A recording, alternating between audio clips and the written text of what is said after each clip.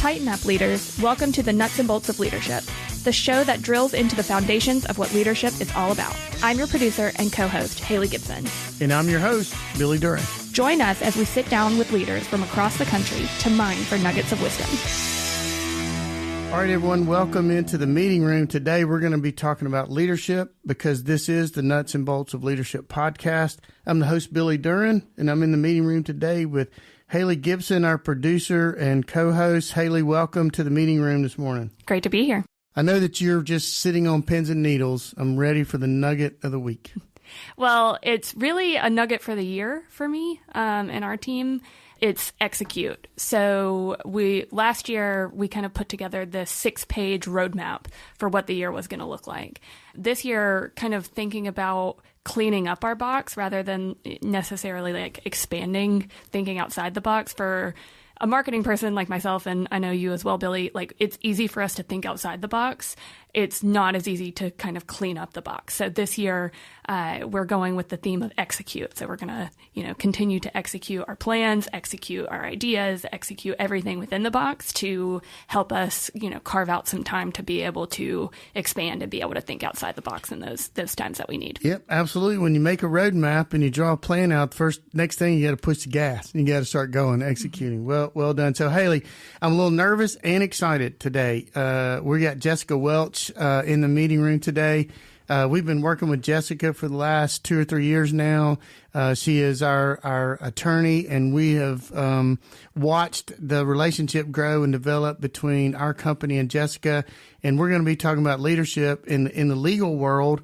And I'm a little nervous about asking an attorney questions, but Jessica, welcome to the meeting room. Thank you, Billy. Thank you, Hali. Thanks for having me on the podcast. I'm excited to be here, and I'll say do not be nervous at all. So Jessica is a seasoned tax attorney with an LLM in taxation and a certificate in estate planning. Also assists clients in a range of services: ERISA compliance, retirement planning, estate planning, trust administration, healthcare benefits planning. Her expertise expands to the regulatory compliances, crafting effective governance documents, and she's done a great job with our company helping us in that field and in that area. Also, background as a judicial law clerk in Mobile. And Jessica combines her in-depth legal knowledge with a client-centered approach. And I think that's part of what makes it such a good fit for us, Jessica. Not only, and we'll talk about this in a minute, that entrepreneurial spirit about knowing what it is to run a business and your expertise in the boardroom for us in helping hear kind of who we are and then help work with us in that, not trying to change us, but helping us work within those things. So as I was thinking about the notes to write, to ask you questions, I was told Hali this before we got started. I said, does anybody grow up wanting to be an attorney? Hali said, when somebody says you'd make a good attorney when you're young, it's kind of code for you're a good arguer. Right. So what was it like when you started thinking about, I can do this for a career? Yeah, so I did not grow up wanting to be an attorney. Ironically, though, I know a lot of people in my practice, a lot of colleagues, friends, and peers that are practicing law, and they said, I wanted to be an attorney ever since I was little. And that's such a weird notion to me, too, because I don't know if it's because you had family in it. I honestly didn't know really hardly anything about law before I went to law school. So I don't have any lawyers in my immediate family. Most of my family's in business, which is kind of how I combine my business background and my legal background together. But I actually did not know I was going to law school or even wanted to or was interested until probably late junior year or senior year of college. So I was born and raised in Mobile. I went to Spring Hill College. Started thinking about graduate schools. I have a social science background from undergrad. So I do psychology and sociology as a double major, which is something that I also think serves me really well in my law practice and especially in the corporate side of my law practice. And my dad actually was the first person to mention to me something about, I think you might want to go to law school. My dad had been interested in going to law school. He didn't pursue it, but And yeah, I thought, okay, I don't really know what that's about. So I ended up taking my LSATs and I did pretty well on them. And I got into the University of Alabama and I said, I'll go for, a semester and see what it's about. And I kind of wasn't necessarily sold on it. I said, if I don't like it, I might try a different graduate school or I might come back home and work. I just didn't know really. I was kind of all over the place. I went to law school and within the first few weeks, it's, as the stars align for people, as they say, it was absolutely for me. So it's what I do every day. If you wanted to try to put it encapsulate it in one sentence, or one, phrase, is I help people and I solve problems. And both of those things are so intrinsically me that now I can't imagine being in any other career. So it was very much I fell into it, but then once I did it, I hit the ground running. It was absolutely perfect, and I love what I do. So. Well, that idea of the family component, of course, I didn't even think about that. If your family was you have a history of that. But I do think that there are times when young people love to argue and their parents see them being hard-headed. We have another person in the meeting room that loves to argue. And so she that fit her personality. And she and I have almost like attorney-client go-at-its every now and then in our world. So we enjoy that back and forth. But Jessica, when we think about the litigious world that we live in, I'm not even sure if any question is a simple question anymore. So how do you break away from that world you live in that is this constant documentation of, no, tell me exactly what you said or how the question's phrased? How do you navigate just normalcy coming from that world? It's very difficult. It's very difficult to turn what I call your lawyer brain off and use your human brain. And personally, I feel like the lawyers that are able to do that successfully are the ones that are most successful at serving their clients. Because when you go to law school, it's 3 straight years of law, black letter law, learning the cases, learning the arguments, the analysis. Of course, you're learning in conjunction how to read, how to write.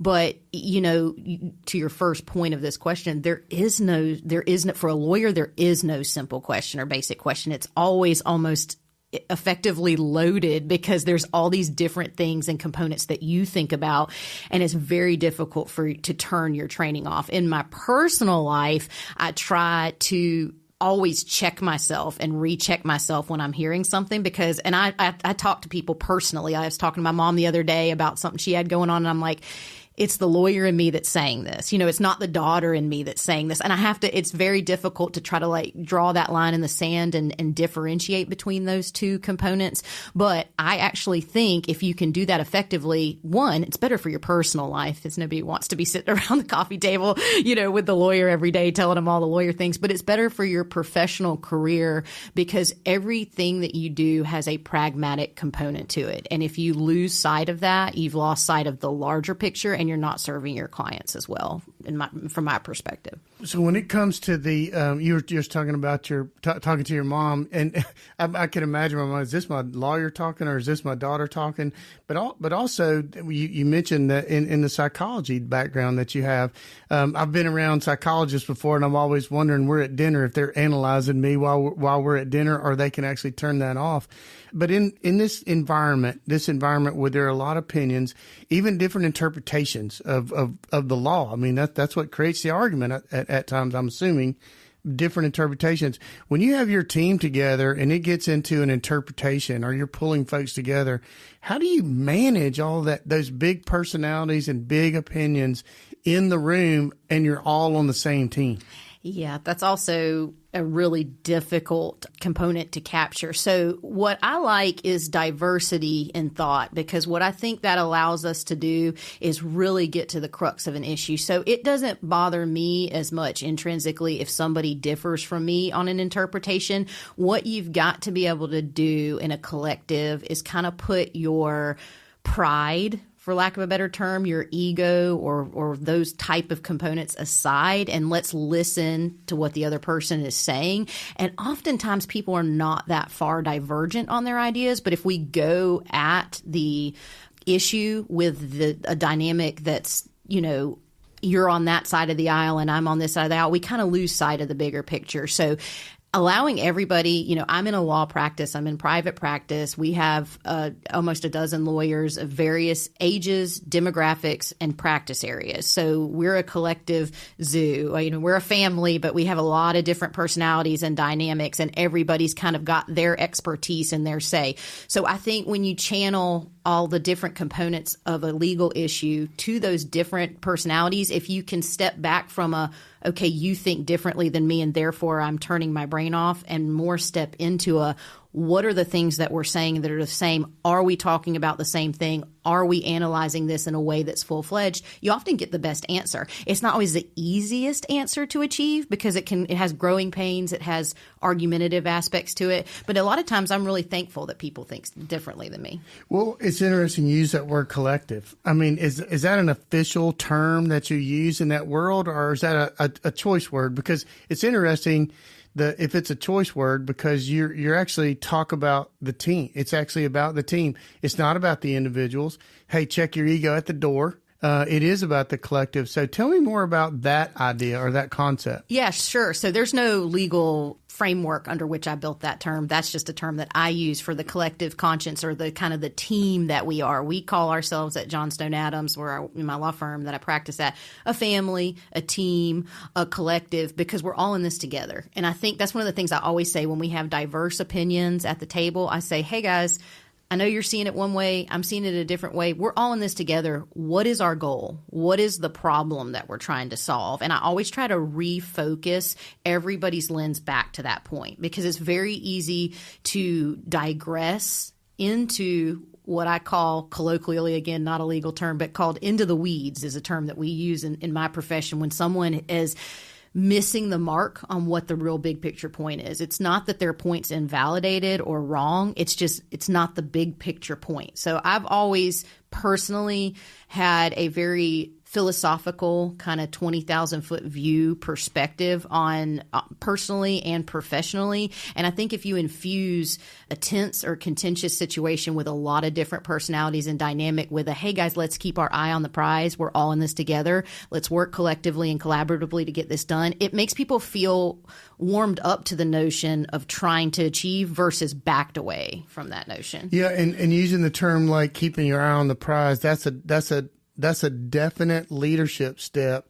It's not necessarily a legal and an attorney step. So this is what leadership is. And we talked about this before we got started. I know in law school, you spend a lot of time learning the law and learning all the case study and the case law. But is there enough time given to the leadership dynamic that, hey, I'm going to be in a firm one day. I may even lead a firm one day.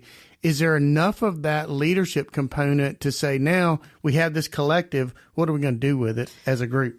Yeah, so I think that the largest missing component of law school is just what you touched on, Billy, which is this sort of the practice of law. I mean, we call it law, like they call it. I'm practicing law. It's a law practice. It's a business in that way at the end of the day, but it's also infused with so much of a need for leadership, and you don't get hardly any, if at all, training in law school on what it takes to manage a team, to practice law, and the dynamics between attorneys and staff, the dynamics between clients and attorneys, what they teach you in law school. And like I said, it's 3 years of pretty much all this all day, every day is the law.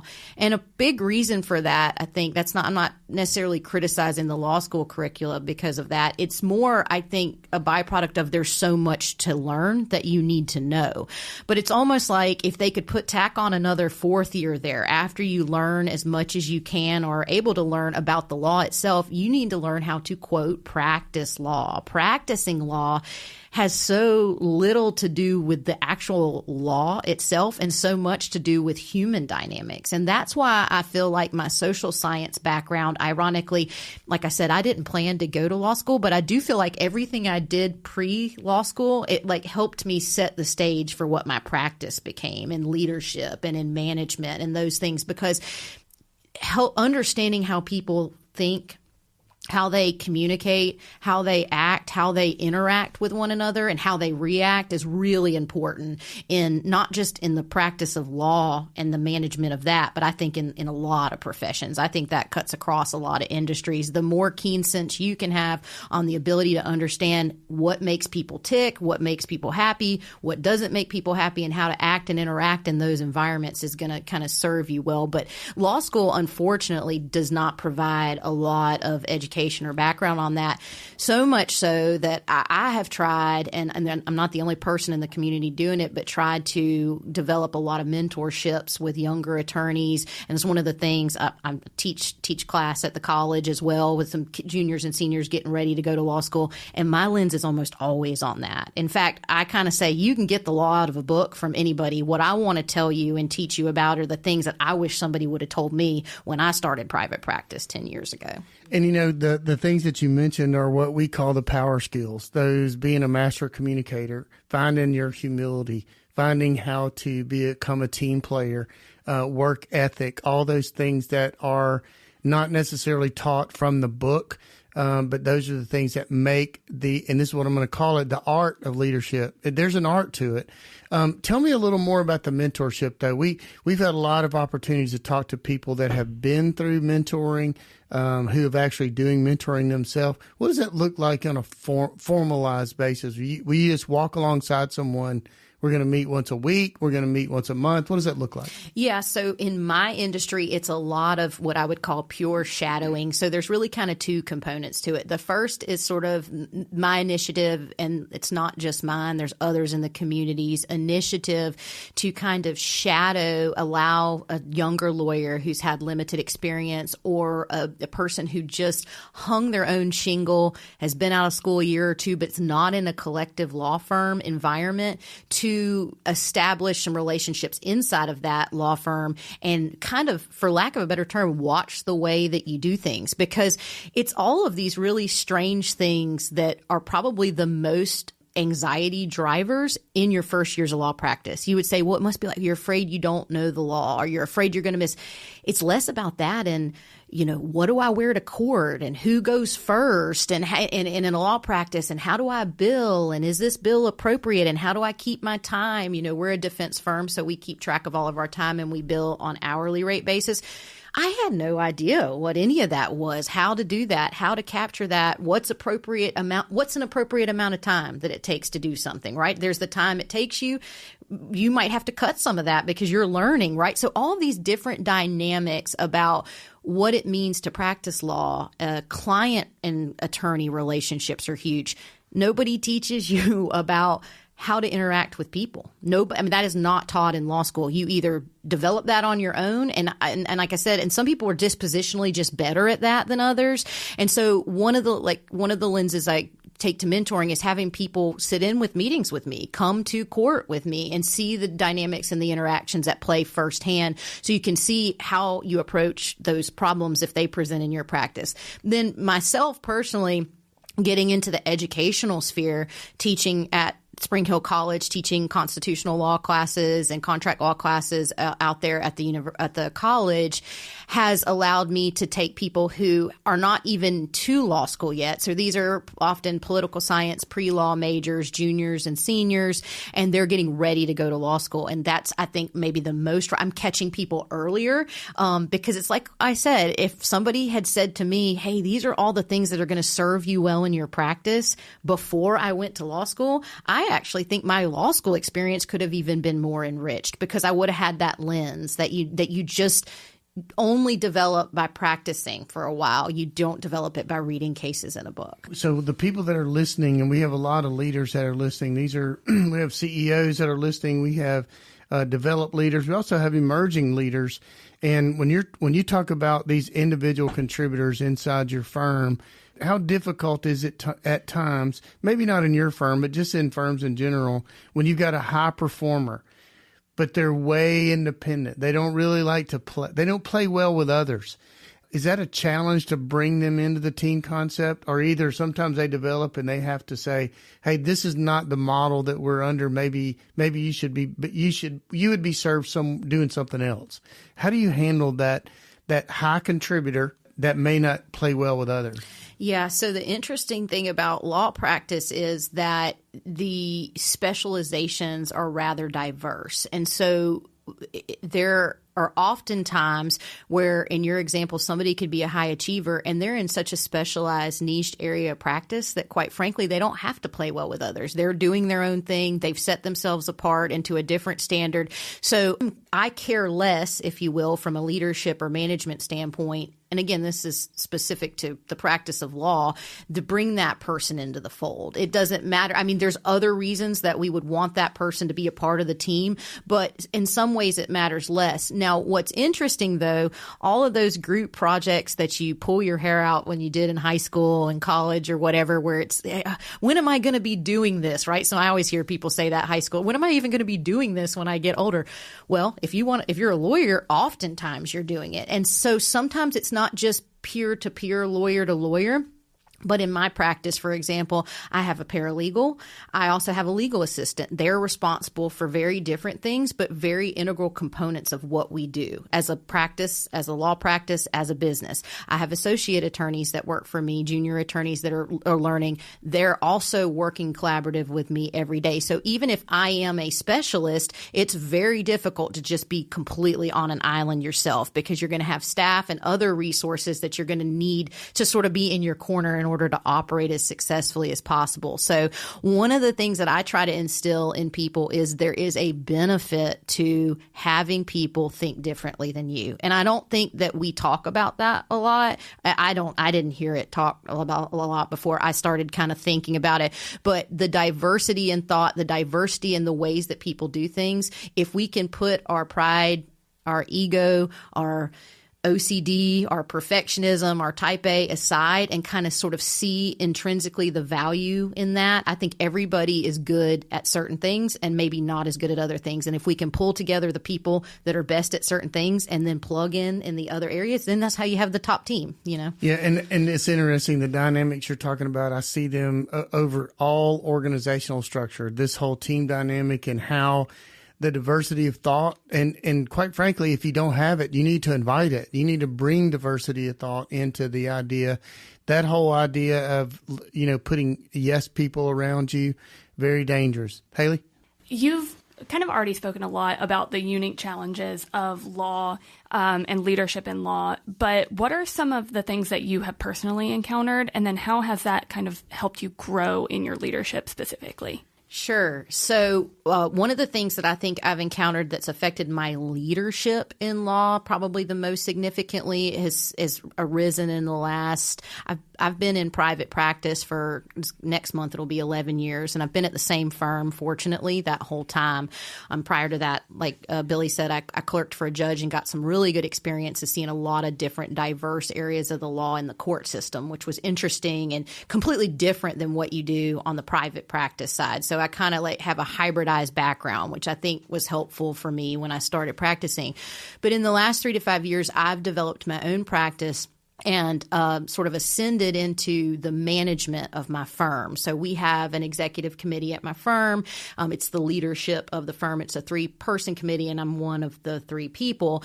And that has changed a lot about. It's weird to say it's changed how I practice law. Not so much, again, when we're talking about the esoteric, no pun intended, nuts and bolts of practicing law, but more so about how to manage people effectively and how to get the most out of the people that are operating in the same sphere as you. When my first 5-7 years of practice in law, I was pretty much focused on practicing law. I was, building my client base. I was working my work, my cases. I was going to court all the time. I have sort of stepped away in some ways. I still very much am involved in a lot of work, but I've sort of delegated a lot of that out and sort of farmed out and created an organizational structure that I'm sort of leading right now, and sort of as a firm am leading to where we've developed other people with skill sets and trying to get other people to step up and be able to do work effectively. Because I think one of the things I've learned, I'm a fan of the show Shark Tank. I've been watching that since it's been on. And one of the things I always hear them say on there is, well, you can't clone yourself. So where are you going next, right? You're doing a great job and you've been successful in doing what you're doing, but you're just one person. Where do you go after this? I'm always a big believer in you've got to be growing and you've got to be going and you've got to be progressing. And so the way that I've done that is sort of stepped into leadership more and stepped out of day-to-day work somewhat less. It not always works out that way, but and I've really enjoyed that. I've actually really I like the concepts of management. I like managing a team.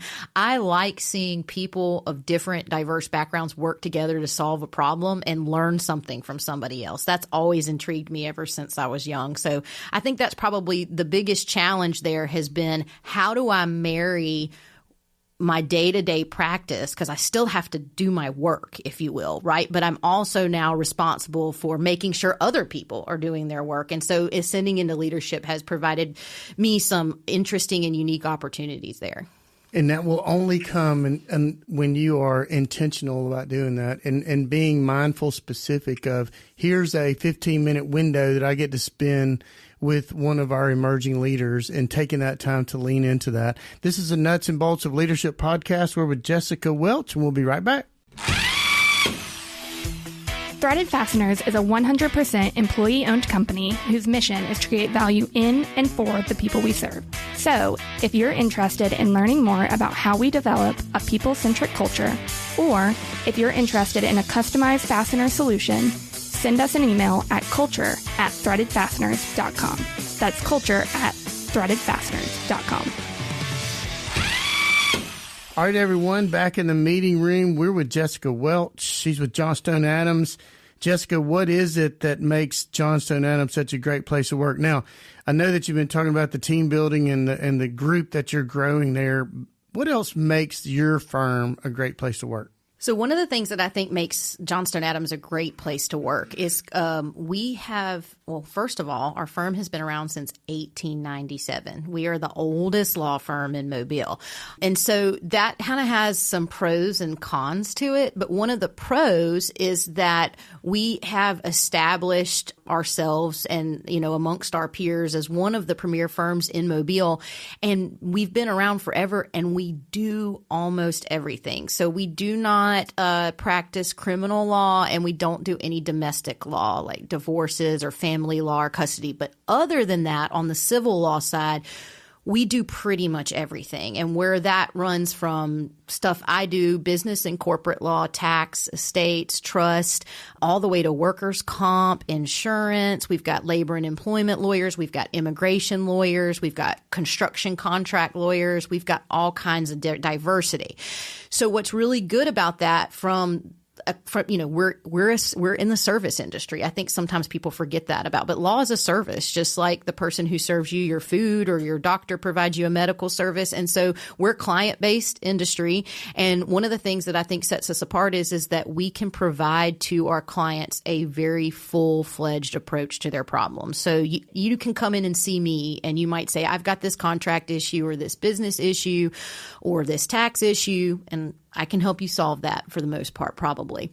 But also you might say, oh, and by the way, does anybody here do wills? And I said, well, I also do that, right? Or, hey, we're trying to hire some H-1B visa people. Do y'all have immigration attorneys? Yes, that's right down the hall. So we get to be able to provide a lot of bench depth, a lot of experience, and in a lot of diverse practice areas. And I think it helps you serve your clients better than the alternative, which is I have these 6 problems and I've got to use 6 different law firms to solve them. I think clients really appreciate that.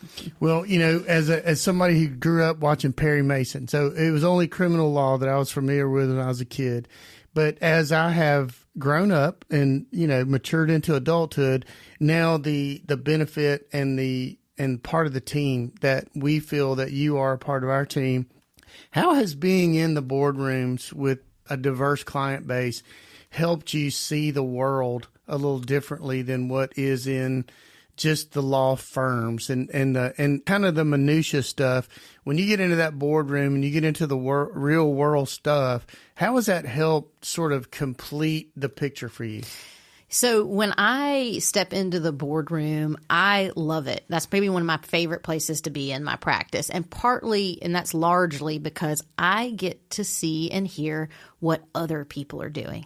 I know what I do. I practice law every day. But what's interesting about that in the business and corporate sphere is that there is so many different types of businesses out there doing so many unique and cool and lucrative things that I had no knowledge base about, right? So whether it's a healthcare client or a bolt manufacturer or a restaurant, right? Everybody is doing different things, but the song is sometimes the same, right? Everybody's trying to say, how do we serve our clients well? How do we develop this business and keep it profitable so that we stay in business, right? So the inner workings of any organization is very similar. What people do, whether it's make widgets or practice law or do surgeries, that's all different. But what I like about being in the boardroom is I get to learn what you do. And when I get to learn what you do, I can serve you better. Because if I can always provide the legal lens, but when I get to see and hear how you think and how you run your business and what your business is about, that allows me to capture something in that will help me be able to serve you better. So it's almost like getting the cheat sheet, or the study guide before the test. And rather than just going into it blindly and having to know, you've kind of got the answers if you're listening. So the same way in the law world or in the attorney world, you go into the corporate boardroom and there's a lot of big personalities in there as well. So tell me a little bit about how you continue to develop that art around even managing those personalities. I mean, it's just not managing the team. Now you're stepping into a whole nother world. How has that been in developing the art of communicating with some of those big personalities? Yeah, so that you're touching on, Billy, what I call client management. And that aspect of my practice is I'm chuckling thinking about it. The way I describe it to people by analogy is, when you're in school, high school, college, grade school, whatever, and you're taking a test, and specifically more secondary, high school and college, and every professor is different. And every professor wants something a little bit different, right? Okay, for Professor X, I know he likes when I say, or Professor Y, I know she likes when we answer that she asks these type of questions. You learn your professors, and that allows you to be successful in your test taking. Same thing in the corporate boardroom. You learn the personalities and you learn how to act and interact with them. And where I think that a lawyer, your legal services provider, serves your corporation the best is when they remember that there is a business that is operating 24/7, 365, even when you're not there, providing legal advice to them. And first and foremost, that's what those people are doing. You're practicing law all the time, but they're creating widgets or selling food or, creating some sort of product or project, right? And so you have to remember that regardless of the personalities in the room, that there's an operational and a pragmatic lens that always has to be at the forefront. And when you lose that, it's kind of like when you're talking and you lose your audience and people's eyes glaze over. And I think lawyers are often guilty of talking a lot, probably talking too much, but keeping everything so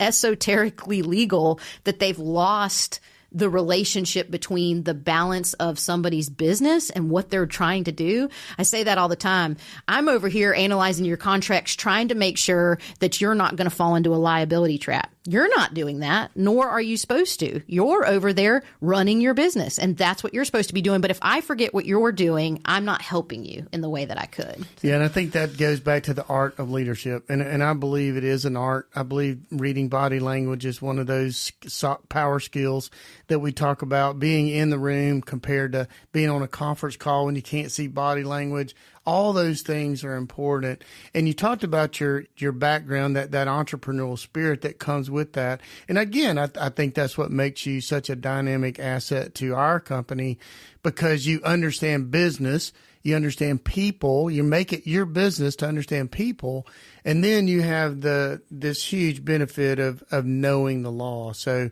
I'm appreciative of how you do your business. And to continue to communicate this idea to our listeners, there is an art to being a leader, and you have to lean into that. in those areas where you're not as strong, take some time to get somebody to walk with you. I mean, have an interview with someone. Where are my blind spots? I mean, this is how we develop as leaders, is continue to lean into that idea. Hali, what you got? Jessica, you've talked so much about how relationships are so important in the legal field. But there's also this rapidly advancing technologies that are also helping the legal field as well. There are some fears in that AI might hallucinate and give the wrong kind of information. But how are you utilizing specifically AI to help you build more of those personal relationships? Yeah, so AI in our industry is just like in every other industry. It's starting to permeate it, and there's all these fascinating things. I mean, almost daily I hear or see some product, some of which we are utilizing at the firm, some of which we're not for various reasons, that is intended to predominantly, in my practice, streamline efficiency. So one of the things that's a challenge, this isn't just in law, I'm sure this is in a lot of people's business, and it's kind of, I always say it's a blessing, but it's a challenge, which is I've got more stuff that I need to do in a day than there is time in a day to do it. And that happens to me all the time. It's a blessing, right? But it's a challenge. And so how do we utilize technology to do the things we're doing better? And I've always believed 100% in the adage that you work smarter, not harder. And AI is kind of the pinch point of all of that, or at least it's intended to be.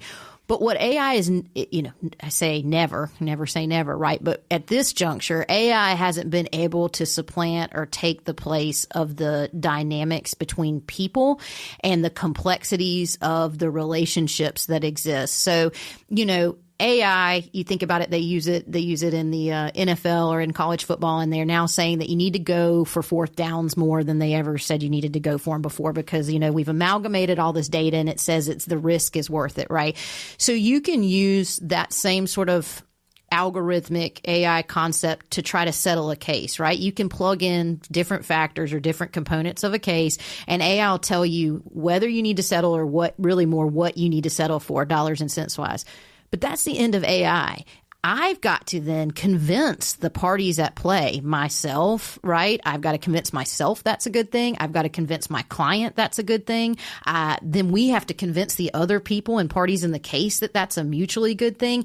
And I just don't see AI at this juncture being able to take over and sort of supplant that next step, right? But what I do like about it is it helps us get to that next step quicker, and then I can do more things in a day than I would have been able to do otherwise. I love that answer, because when we talk about it doing some of the redundant minutia that can be done to summarize and get us to a place where the art begins, that's when the communication, when human beings sit down and start pulling up, because the technology in our world, it is coming into all of our businesses. I don't know that there's a conference that we go to anymore that there isn't some sort of AI component. It's sort of taken the place of cybersecurity. It's as much now prevalent in all of the conferences that we go, even in the faster business, where we are document writing, summary writing, job description writing, a lot of HR tools, all those things that are in there. To Hali's point, though, do you see it becoming a threat? That's really because, I think that we had a statistic someone brought to the podcast months ago where 25 years ago, or even 5 years ago, the threat of AI, if you polled people, it was pretty small, but that number has risen. So do you see that as a threat, or do you see this as an asset coming forward? The contract writing, I think that's a big area where they say that a lot of things are now being AI generated, and they're being able to create things quicker. And when you can create things quicker and easier, then the bottom line is it's typically cheaper. And then when that's the case, it always is a threat, right? That you're going to somehow find yourself obsolete in your own market. What I kind of try to do, and this is even outside of just AI, but I think one of the things that you have to do in any business setting is you've always got to be looking at what's next. So it's not so much when I'm analyzing my firm, my own practice, and the other practices of law inside of my firm, I'm not so much looking at what we're doing now as what will we be doing, or what do I anticipate? And that's how you keep up with emerging markets. So I kind of was not surprised with AI, and I'm not surprised. I will not be surprised, I guess you would call it a threat, if AI does make certain parts of law practice rudimentary to the point that you don't need a lawyer to do them anymore, or possibly obsolete. What I think is always going to be at play, though, is because of the diversity and complexity of problems. So now you've got technology, right? Okay, AI fixes all the contracts. Well, who owns AI, and what if there's a fight about the people that own the technology? And then how do we solve? So I just think that there's still going to be components of law that are going to, by necessity, need people. I could eat my words, right? I could be sitting here and remember on that podcast when I said, and now the judge is a robot and everybody, so I don't know, but I just think what you have to do is to stay on top of your game. You've got to be looking not so much at what you're doing right now and what your client base is and what markets you're in, as much as having a critical future-looking, forward-looking lens on where you're going to be. And I think you can always be relevant if you do that. I think the word rudimentary is interesting to know that there are tasks that artificial intelligence can do for us. Very similarly to any task that someone else can do, you're happy to hand that off because your time is more valuable doing the things that only you can do. I mean, that's part of the leadership journey for us is determining I need to be doing what I can do, and then there's somebody else that can do these things. But the outcome, when there's a bias to the outcome, even the person who writes the question to ChatGPT, the outcome is going to be different based on how the question's asked. So there's still the art, and it's never. I don't think the art of leadership or the work that you do is ever threatened to go away. So just kind of changing now to more of the personal side, and we like to ask leaders who come into the meeting room some similar questions. So we're developing some threads of consistency in some of these answers.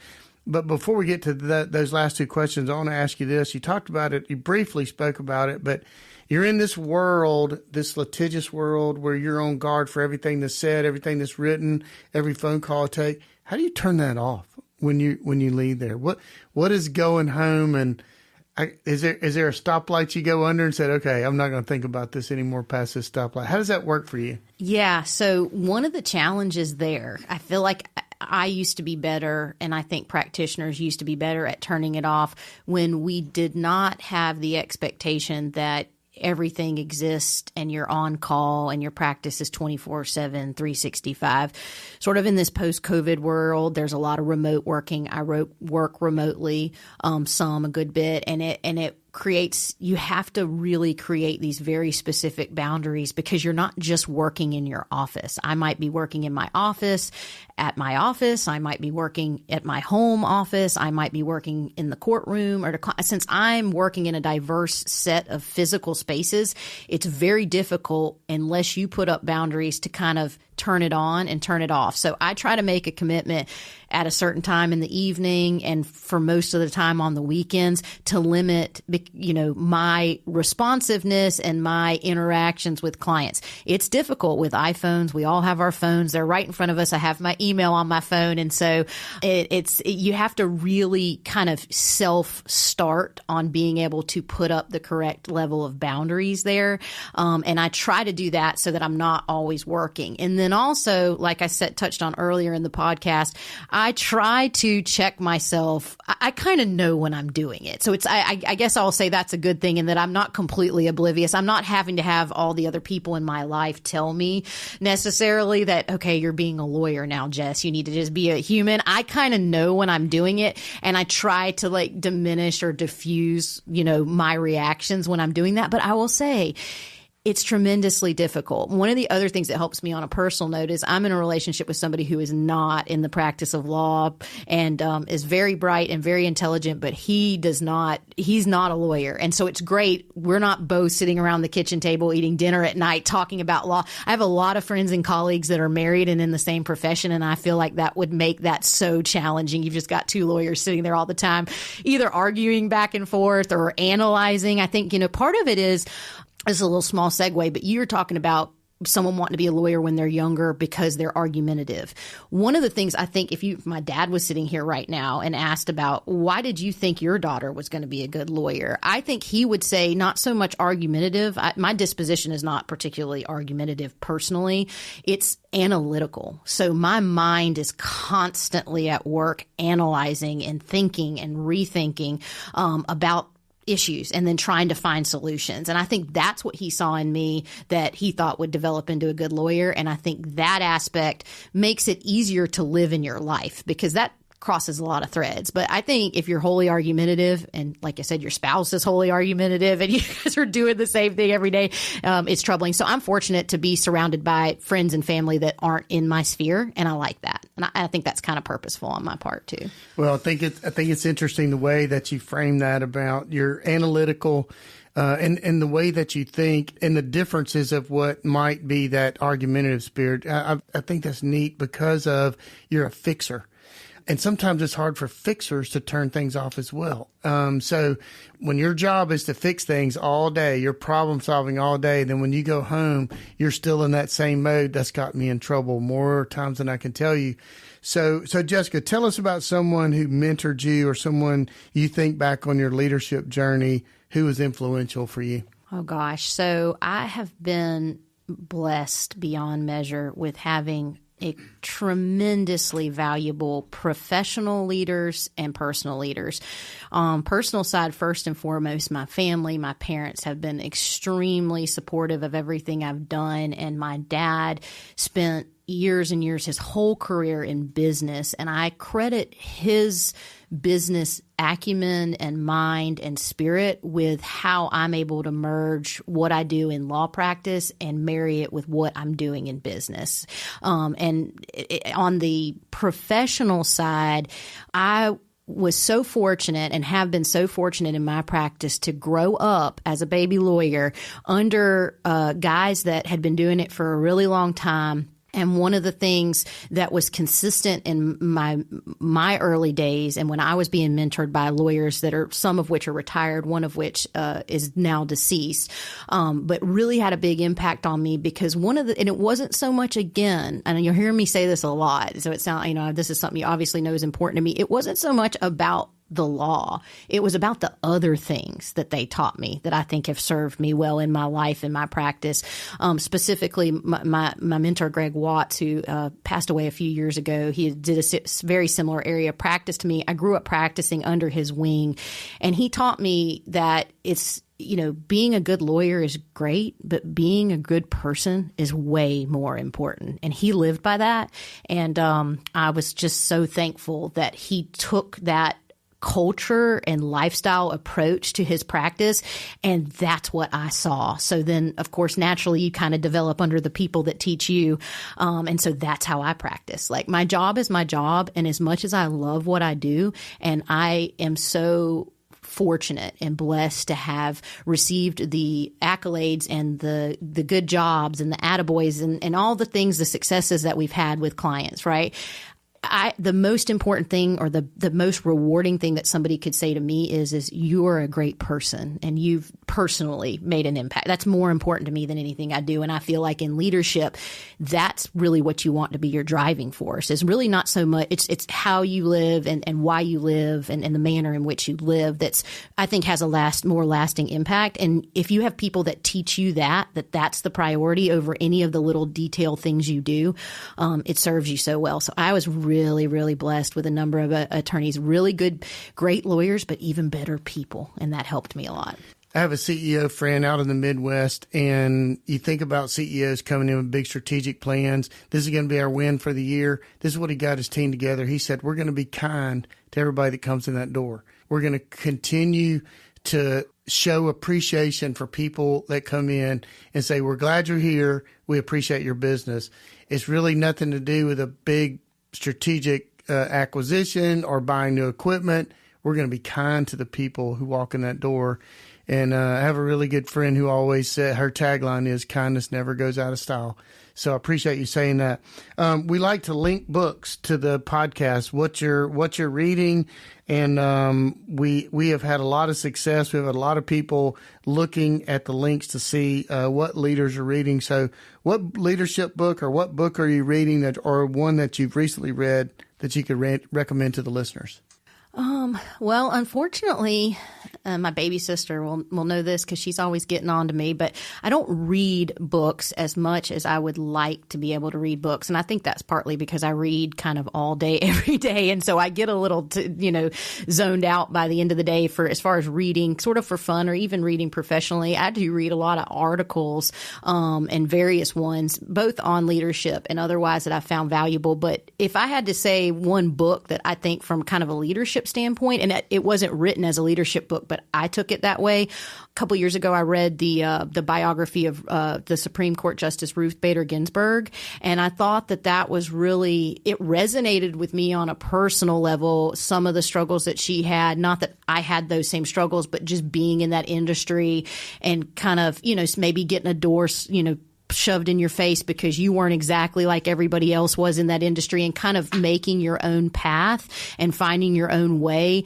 And one of the things I like about Justice Ginsburg, now deceased, was that she kind of always did things on her terms. And I think she was a believer in this idea that just go be good at what you're doing. Be a good person, but go be good at it. And you're not going to get held back if you're going to just go and do and strive and be, and kind of do that with conviction. And I think leadership, that book is not written with any kind of leadership lens, but it's helped me in leadership because I think one thing I've learned too is, and working with a lot of people and having life experiences, and personally and professionally, is that we're all a little bit different, but like I said earlier, we're all in this together. And one of the things that you want to be able to do is bring out the best in people.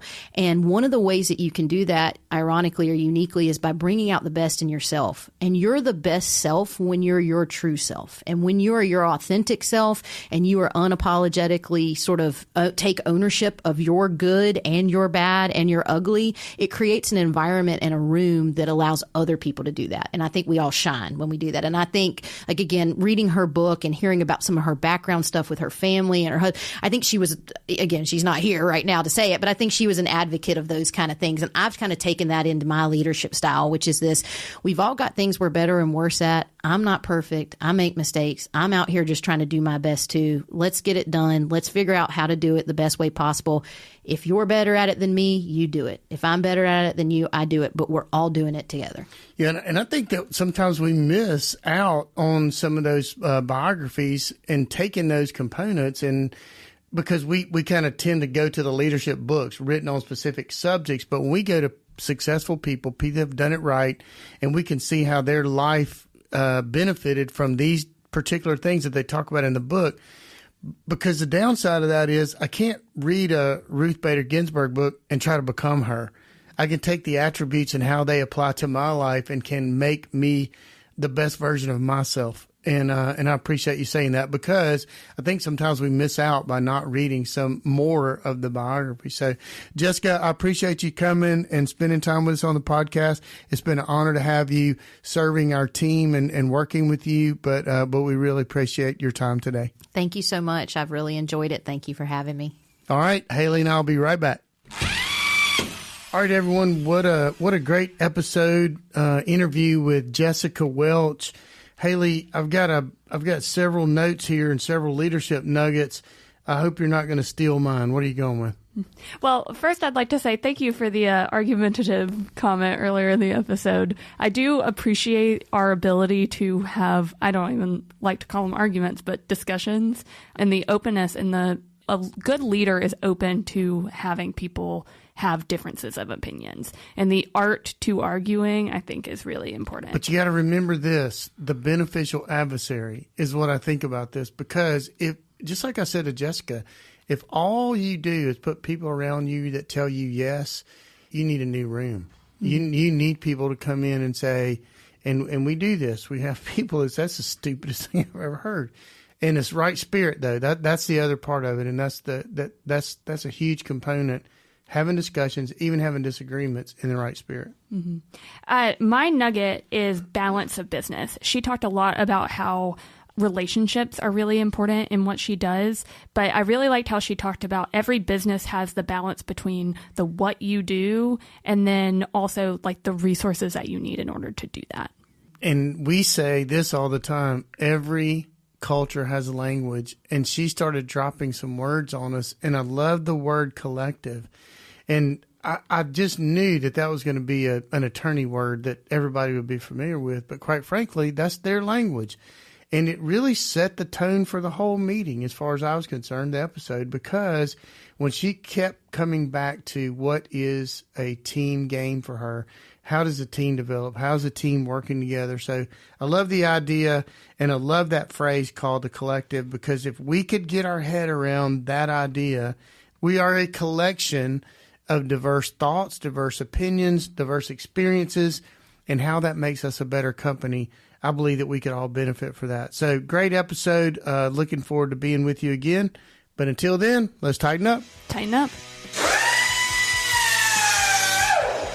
Thank you for joining the Nuts and Bolts of Leadership podcast, brought to you by the employee owners of Threaded Fasteners. If you enjoyed our conversation, please subscribe to, rate, and review the Nuts and Bolts of Leadership wherever you listen to your favorite podcasts. Do you have a leadership story to tell or a question to ask? Email us at podcast@threadedfasteners.com. That's podcast@threadedfasteners.com. This show is made possible by our family at Threaded Fasteners, Inc. Our mission is to create value in and for the people we serve.